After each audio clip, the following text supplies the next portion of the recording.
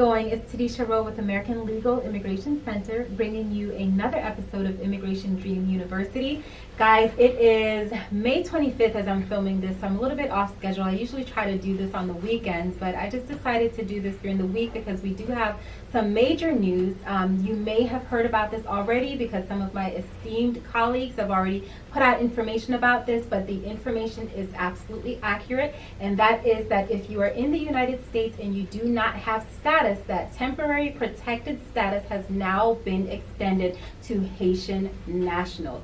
So that is huge news, guys. If you are Haitian and you are in the United States and you don't have status, then make sure that you look into getting temporary protected status. That will come with many benefits for you, including the ability to legally work in the United States, which we know, to many of us who are able to do that, we kind of take it for granted. But for those of us who have some kind of block in the way, then we know that that's a huge deal. So I'm very excited about that, and that is something very positive from the Biden administration.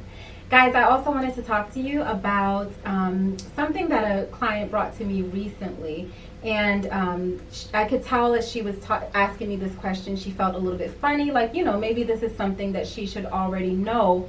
But I just want you to know that no one expects you to know everything in immigration. That's partly why you're watching these videos. And immigration is always changing. And of course, some of the times, the very terms and different things, they may actually overlap, which is what it was in this case. So the question that my client had was, what is an affidavit of support?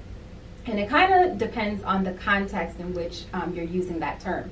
So on USCIS's website, if you go to USCIS.gov, if you type in affidavit of support, then you're going to get an actual form that is the affidavit of support. And that is how a person proves their financials when they are petitioning for somebody to immigrate to the United States.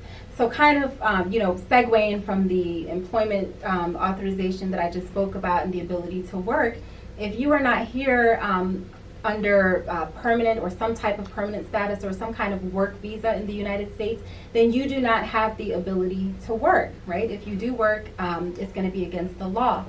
So what the government asks in exchange for someone petitioning for you is that they can show that until you are able to get in that legal status to work, then that person is able to care for you financially. That is what the affidavit of support is in that context.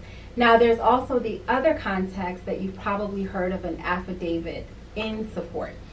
An affidavit in support in that circumstance is a letter, or it's also known as a declaration from somebody it could be a friend, it could be a family member, it could be someone in your community that basically attests to different things.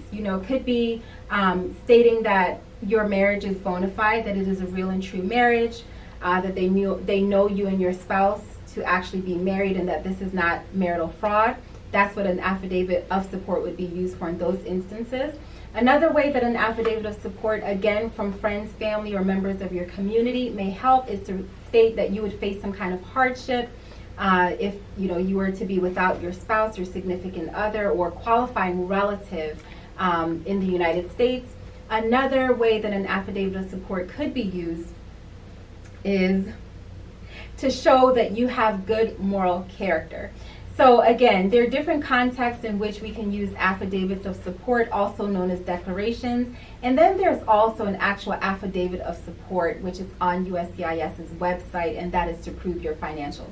So I hope that this information that I brought to you today was very helpful.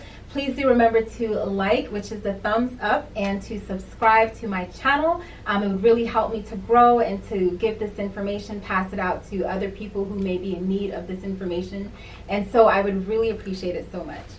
All right, guys, so good morning, good afternoon, good evening, good night, whatever it is, wherever you are, and I will see you in the next episode.